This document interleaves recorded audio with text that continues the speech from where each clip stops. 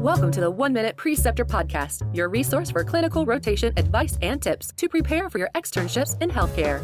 Learn how to earn letters of recommendation, prepare for your clerkship, and excel at patient care from preceptors with years of practice. We interview physician educators in every specialty and clinical setting to discuss how to prepare for your rotation and improve your clinical experience. Here's your host and med-ed entrepreneur, Chase DiMarco.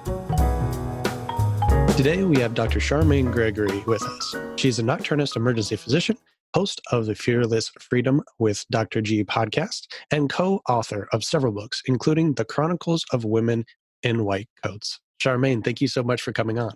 Thank you for having me, Chase. I'm super excited. This is going to be a great interview. I don't think we've really delved into emergency medicine too much in past episodes too, and a lot of students are very interested in that specialties. So getting a little bit of insight on how to prepare for it, I think will be very valuable. Okay. Well, yeah, I'm happy to share. So first off, I do want to ask, what is the most outrageous thing that you've seen in the medicine setting? Well, I'll tell you the most outrageous thing that I saw when I was a student. And, it was outrageous to me because I never envisioned that this would be something that would be a reality for a patient. And so I was on my psychiatry my psychiatry rotation, and we were on the consult service. And so we went up to see this patient who was on the medicine floor. And it turned out that he actually had a couple of things happening. So he had psychoses due to his underlying illness. But then because of these psychoses, he thought that his apartment was inundated with bugs. And so he got DEET spray, and he got volumes of DEET. And he literally would spray everything, spray himself. And what happened was the chemicals within the DEET basically caused his psychoses to get worse and worse and worse. And so what ultimately ended up happening was he basically was on a mission at this point to find all the imposters that were in his life. And so he took all of his belongings, shoved it in a duffel bag, and just started walking. And we were at a border state. And so he basically tried to walk across the border. And when he was there, he had like some weapons in his bag, not like, semi-automatic weapons or anything like that, but tools that could be used as weapons. So that were confiscated, obviously. And then they realized that he was ill. And so they brought him in. And the day we went in to go and talk with him, basically, he was sitting there with a pair of underwear on his head. We were going through our process, and I was kind of like, this medical student my eyes are fixated on the underwear. I'm like, why is this man wearing underwear on his head? Like, what is happening? And I tried my very best to resist the urge to ask the question, but I couldn't. And so I asked him, I said, so what is that on your head, sir? And he very quickly said, this is my protection from the aliens. And I think I had to leave the room immediately because I knew that this man was ill. I knew that it wasn't his fault because, he had underlying illness, and then he was feeding into that by spraying the chemicals, and then the chemicals were affecting his brain, and it was leading him to be even more and more psychotic. I couldn't hold it in. And so I had to leave the room. I had to expel the laughter and then recompose myself and then enter back into the room and then take care of the patient. But I would say that was one of the most outrageous things I saw as a student. Yeah, there are probably a lot of interesting stories on different psych rotations in different states and different populations. Just a lot of weird stuff happens in those rotations. Absolutely. Absolutely. So you have so much going on. Author, podcaster, keynote speaker, I think was another one. There's just a lot of stuff that you do. And what is your background in education and more specifically in emergency medicine education? Well, I basically have been faculty at my institution for 14 years. Basically, what I've done over the years is I've done all kinds of things. I did the ACEP Teaching Fellowship, which is, so our professional organization, one of them is American College of Emergency Physicians, and they offer a teaching fellowship that you can do as an attending. And so I did that a number of years ago. That was at that time, I was working very closely with the medical students. And so that was part of the enhancement for me to be able to deliver better mentorship to the students. And then I went ahead and did another fellowship with University of Michigan. And it was a medical educators fellowship. And that was kind of more broad because it was more, how do you basically teach the adult learner? So I've done a couple of additional things besides just, becoming a resident and graduating from residency, et cetera. There's constantly activities where you're doing personal development, professional development type things in enhancing your ability to communicate, to give feedback constructively, to teach, etc. So that's kind of me as a instructor, I guess. Every faculty member basically plays a role with didactics, so presenting lectures and doing simulations and all of those things.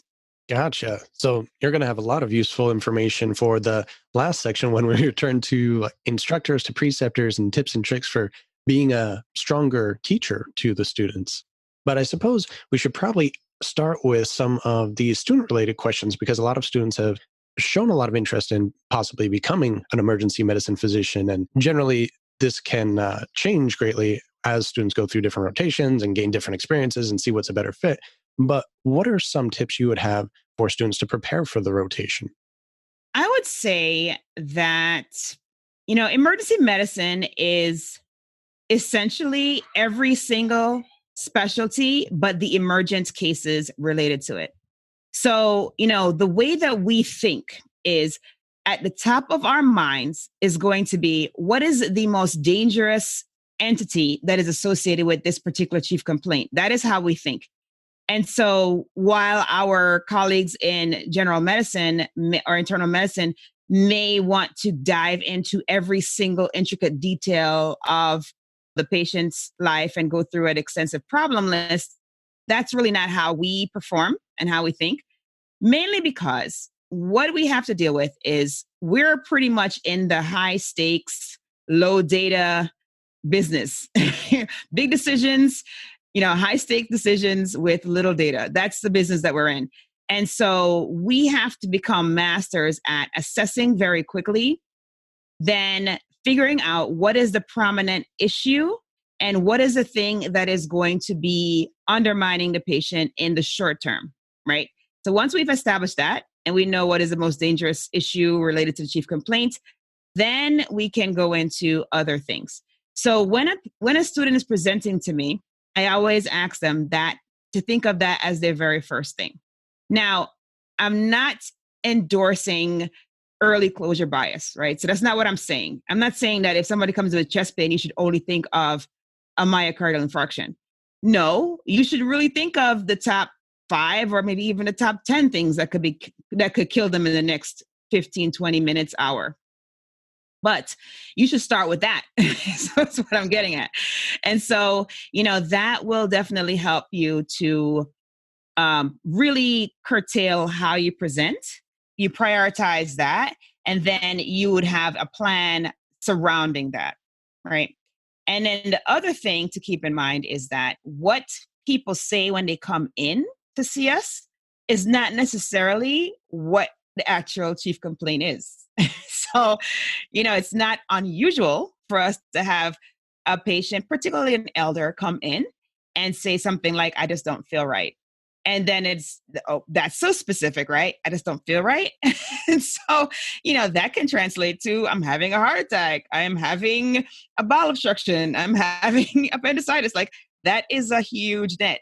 But then the skill comes from asking questions, And so this is something that you're working on constantly throughout your training, and you get better and better at it. Trust me, I tell you that I've been doing this for 15 years now, and I still can hone my question asking skills. Like, it is something that you work on for a lifetime.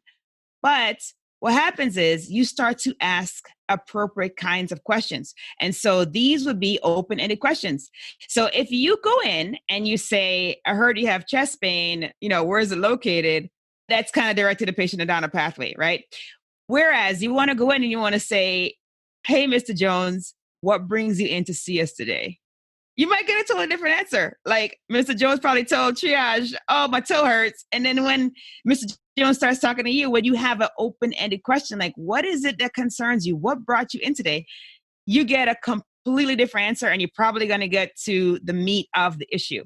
And then if you have that data, now you can begin to explore it and figure out what can you do to work it up. So, thinking about the most dangerous thing for the chief complaint, asking open-ended questions and listening. Our specialty is one that requires very rapid rapport building. And that is a skill. Just like asking open-ended questions is a skill. This is a very, very important skill for us. Because why?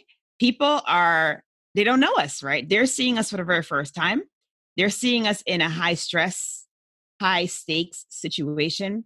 They are in a place that is foreign to them because they're not in their doctor's office. They know their doctor, they know their doctor's office. They're in an emergency department with a whole bunch of lights and beeping and all kinds of craziness going on. They're placed in a gown, which let me tell you, the gown is not very warm. It's not warm. And for whatever reason, we keep a ridiculous temperature throughout the department. I no matter what department I've worked in, I've noticed that. And I just don't know why we do that. So, basically you're the person that you're engaging with and that you're trying to be vulnerable so that you can get the data that you need to serve them in the best way that you can. There's some obstacles, right? So you have to get past that. So you come in and you're super excited, hey, I'm medical student Charmaine and I'm super excited to see you. That's great. But it is some of these extra things that we don't always teach you guys in the early on. Things like utilizing the patient's name. So literally saying, hi, Mr. Jones, I am medical student Charmaine. And do you mind telling me what brought you in today? Or what's the thing that's concerning you the most today? Just that. Using people's appellations make all the difference, right? Just think about, when you're called the student or they actually say medical student Charmaine, it's a big difference, right? So using names and eye contact. I know this sounds like a simple thing, but you'd be surprised. So eye contact, being at the level of the patient, okay? Not standing over them, not leaning over them, literally being at eye level makes all the difference. So that may mean, or that may look like sitting next to the bed, like sitting on a stool next to the bed. If there is no stool for you to sit, oftentimes there isn't one in my situation clinically, and I have to just lean on the side of the bed so that I'm at eye level. But, you having that human contact, that eye level contact, you using their appellation and you having that warm interaction, it can make all the difference. Mr. Jones will spill the beans. Mr. Jones will tell you everything that's going on. You get all the history. You'll come out and present to the attending and you'll look like a superstar. How did you get that information? How did you know that he had a AAA that's being followed at the outside hospital back in Florida where he spends his winter months? How did you find that out? Mr. Jones opened up. So it sounds like a couple of key takeaways there would be that emergency medicine in general is kind of more of a top-down approach where you really want to think of the most severe things first, whereas some other maybe internal medicine could be almost compared to a bottom-up approach in some ways. You really have to go broad, think of every little thing, and then kind of work it out. And just if you're not really good at making friends, then maybe it might be difficult to build that rapport. You might not be as suited for emergency medicine as you Yeah, hope. it's funny. I never thought that would be a skill that would be applicable, but clearly it is. Are there certain obstacles that you find a lot of students run into, certain things that they just have a lot of trouble with or that a lot of students have similar issues with? Sometimes people have difficulty with the procedural side of this specialty. It all depends kind of on what your school situation is. Like some schools, you get a lot of hands-on procedural stuff. Like you're putting in IVs, you're doing lines, like you're doing a lot of stuff. But then there may be other places where you just don't have that opportunity. And so you may not be as facile, You may not have suture before, before entering your rotation. And so, these are the things that we kind of expect students are able to do. Right. So just like when you go to surgery, you go to a surgical rotation, you should be suturing. Like you may close, you may do a stitch or two on the closing, or there are opportunities for you to do these things. So it's the same way. So we would expect that you would know how to close a laceration. We'd also expect that some other basic things, like maybe you might learn during the rotation, you may very well learn how to splint, a fracture or something. The procedural things often are the things that I notice that students get kind of hung up on.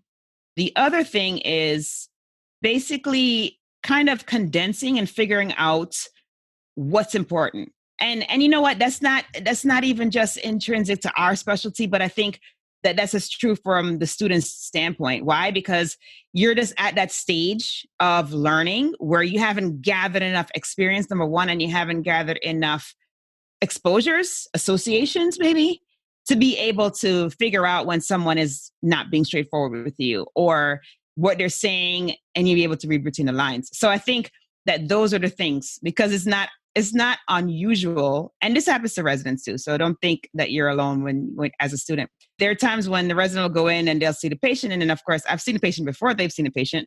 They'll come and they'll tell me something, and then I'll circle back and I'll talk to the patient again, and something was completely missed. Right. And it's not because they didn't do an excellent job. They did, but it is how you approach it, kind of, reading between the lines of what the person's saying, reading kind of their secondary cues, their body language, what they're doing on the gurney there. There's just so much more that as the time goes by, you gain that. And you basically gain it for a lifetime, because when it comes to deciphering the mystique of a patient and how they love to hide their diagnoses. It sounds like maybe building empathy for the patients. I know that's something that we all say as physicians, you should have empathy for the patients, but it might be even more prevalent here, because that empathy might increase the ability to communicate and to read between the lines, to kind of put yourself in their shoes and see what they might not be saying to you initially. Absolutely. Absolutely. And another thing that seems to confuse a lot of students, another question that a lot of students have, is really how to know what the instructor expects from them. Sometimes that's not always made extremely clear, setting those expectations, or if you hit an obstacle and you're not sure how to approach it. Do you have any advice for techniques to build a stronger relationship with your preceptor? I would say that you come in, you say, I'm medical student Charmaine, and I am with you this month. Please let me know exactly what you expect. I know, it seems crazy. Just ask. It's super crazy. But I appreciate that. The students that ask me, I usually start off with telling them this is what I expect. I expect for you to push yourself. Like that, I tell the residents that, I tell the students that, so they know that is the expectation. But I will go into, this is what I expect you to do when you go in the room. I don't expect for you to spend more than 20 minutes. If you spend more than 20 minutes, I will be calling you out of the room. Like, I have specific expectations, but not everybody does that. Not everybody will tell you straight up. And so that's why, and I'm one of those people who just ask stuff. I don't care. I'm just well, I need to know what's going on, because if I don't know, I can't know if I'm doing it incorrectly or not. So therefore, my advice would be to just introduce yourself, let them know that you're there, and you say, what is your expectation from me during this rotation? How do you like your presentations? Because see, if you say that, that is their opening to tell you exactly what they want. And so there's no guess what I'm thinking, which is what a lot of people like to play that game. But I don't play that game. And I don't want people to feel uncomfortable. So that's why I usually just say what my expectations are. But you can protect yourself from the surprise mid-rotation evaluation that's not what you thought it would be, if you just say at the very beginning, hey, tell me what you want, and let me know if I'm not meeting those expectations. Because there's no way, you can literally say this, there isn't any way for me to improve and be better if I'm not given the feedback. So I appreciate it if you definitely would let me know if I'm not meeting those expectations. I like it. Simple. Then I guess the next step would be how, as a preceptor, as an instructor, can we monitor if we're doing things properly, if we're really getting through to the students, or if they're having troubles, how to overcome it, especially since you have so much extra education for teaching medical students. I'm sure you have a lot of great tips here that you could share with the potential instructors out there. There is something that is really effective, and it's effective for patients, but is also effective for colleagues, students, and residents, right? And that is the teach back. So you show them something, you tell them something, and then you say, teach it back to me. Because, I mean, really, if you really know something, you understand something, you can show it to somebody else, right? And so that is the first piece of really getting that someone understands, like what you are showing them.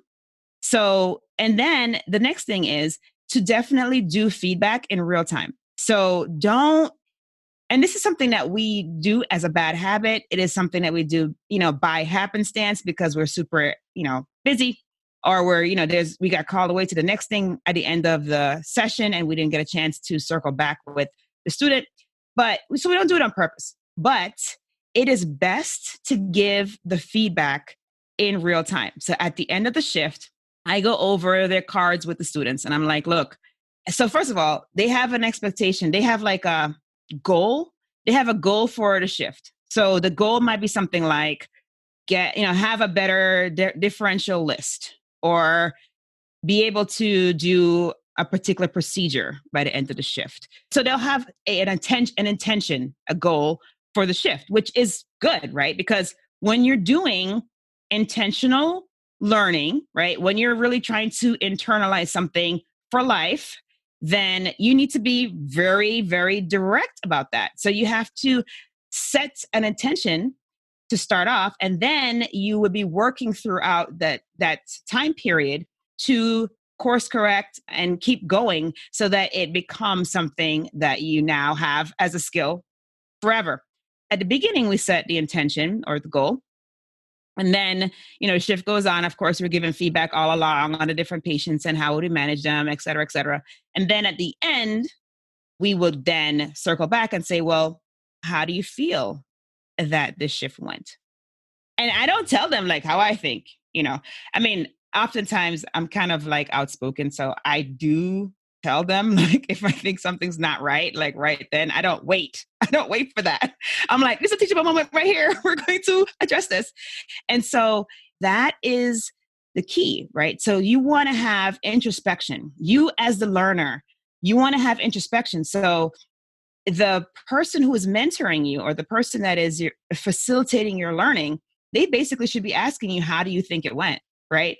Because if you did set an intention at the beginning, throughout the whole period, you should be thinking about that intention, right? Because that's how it's going to basically internalize.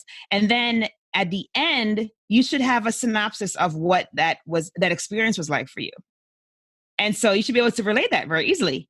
And that's going to give the teacher an opportunity to provide positive, constructive criticism, right? And help you to grow even more than you already have during this very intentional period that you were working. And so, that's one of the things. That communication, the lines of the communication definitely is very important. And starting with the open-ended, what was your impression of the shift? Well, I guess it's not shift if it's another service, but for me, I say shift because that's the space that I work in. And then actually asking, what do you think your strengths were? Like, what do you think was a strong point during this shift? What do you think was something that you need to work on during the shift? And they may have gotten that feedback like throughout the time, but it's just coming together and closing it out at the end that makes a huge difference. And then there's no surprise when, the card goes into the student repository and the grade comes through. Like, it's not a surprise. It sounds like that would help them also build a little bit awareness and metacognition of the whole process. So learning that, also developing that skill and that self-assessment ability is very powerful later on. Yeah, the other thing that I found that people always say, like, do that, what is it called? It's like a sandwich. you do a positive and a negative and a positive. I'm like, I don't know. I never bought into that sandwich because I always knew the sandwich, like someone's doing it to me and I'm like, oh, you're doing that sandwich thing. Like, and then I totally wasn't listening to what they were saying. So I feel like if you engage the person that is the learner, like you're engaging them as you're facilitating their learning, it just makes that much more difference, right? Because now you're invested as opposed to turning off your brain like I do when someone gives me that stupid sandwich. So we've covered a lot of great material here. Do you have any recommended resources for a student before or during an emergency medicine rotation? You know what? I'm trying to think. So I have to tell you that I was a student a long time ago. So what I used during that time was like, there was a book called Emergency Medicine Secrets or something like that. But I also had to take a shelf exam for my rotation. I don't think, and I've been on the clinical teaching side, but I have not been on the side where, I've seen what the exam is that the students take. So I can't tell you if that shelf thing is still in existence, but I would say that I would get a comprehensive book. So Cincinnati, I think, has like basically a student version of it. Cincinnati is one of the textbooks that is basically a handbook for emergency medicine. It's been around for a number of years, but I do believe they had like a mini version. So I remember carrying that around with me as a student. And so that'd be great for just an overview of all the major topics and things that you should be picking up on. And then if there is a shelf exam, I would say I would get your hands on some kind of question book with emergency medicine side, board style questions, and just do those as well, like as you're going, because that will really help you. And of course, it's even better if you see the thing in a clinic that's in the questions or that's in the book, or when you're done with your shift. Here's a good one. When you're done with your shift, keep in mind or write down like a couple of issues. So maybe you saw somebody that had hypertensive emergency, and there are many different kinds of hypertensive emergency. So maybe you saw the cerebral hemorrhage type, right? And so you saw how that was managed, and you now have a patient's face and case to associate with that, which obviously solidifies it in your head. But you may want to go home now and then read about all the other ones, right? So now you have a great context because you have that patient, you've seen the management of it, and then now you're going to go and learn about the other aspects of that particular disease state. And so those are the things that are really going to help, because, that's stuff that you just don't lose, right? Because you're catering to every single side. So if you're a visual learner like me, I'm such a visual learner. Like I literally, when I'm in the room with patients and I'm telling them something, I'm like drawing on the whiteboard. I'm like, all right, here's your gallbladder, and this is where the stone is. You have to trigger every single side of your learning phases, right? So if you're a visual learner, you want to, if you have to draw it out, so you read about the thing and then you draw it out. And if you're a tactile learner, the procedural things are going to really solidify it for you. If you are a auditory learner, then you may want to listen to a podcast or listen to a lecture about the hypertensive emergency states. So you just have to feed yourself with these things like in many different forms. And that's really what is going to help you to get the most out of any rotation, not just emergency medicine, but any rotation, and the most out of your learning experience as a medical student. So really, you want to use that experience as a foundation, as a baseline, and then delve deeper into it with different resources while it's still fresh in your mind. Exactly. Make those connections, make them last longer. Mm-hmm. What is the biggest change that you would like to see in medicine in the next 5 to 10 years? Oh my gosh, Chase, that's such a loaded question because I have so many things I want to change.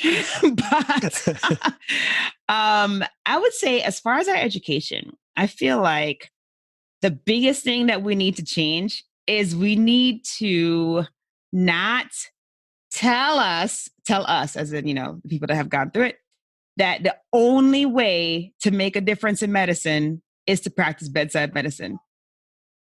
I think bedside medicine is awesome. I think so. I know so. And that's what I practice. But I feel like we narrow our scope because we have individuals that could be doing translational research, for example, right? They don't have to be MD, PhDs to do this, but they don't think about it because they're like, oh, I have a DO or I have an MD, and so I don't have the PhD part. So I couldn't possibly translate the work from bench to bedside. And then the other thing is, just other paths that definitely lead to benefiting the end user, who is the patient, but you don't have to necessarily do it, a particular way. You don't have to be linear in how you approach it. And then the other thing is having education about financial situations.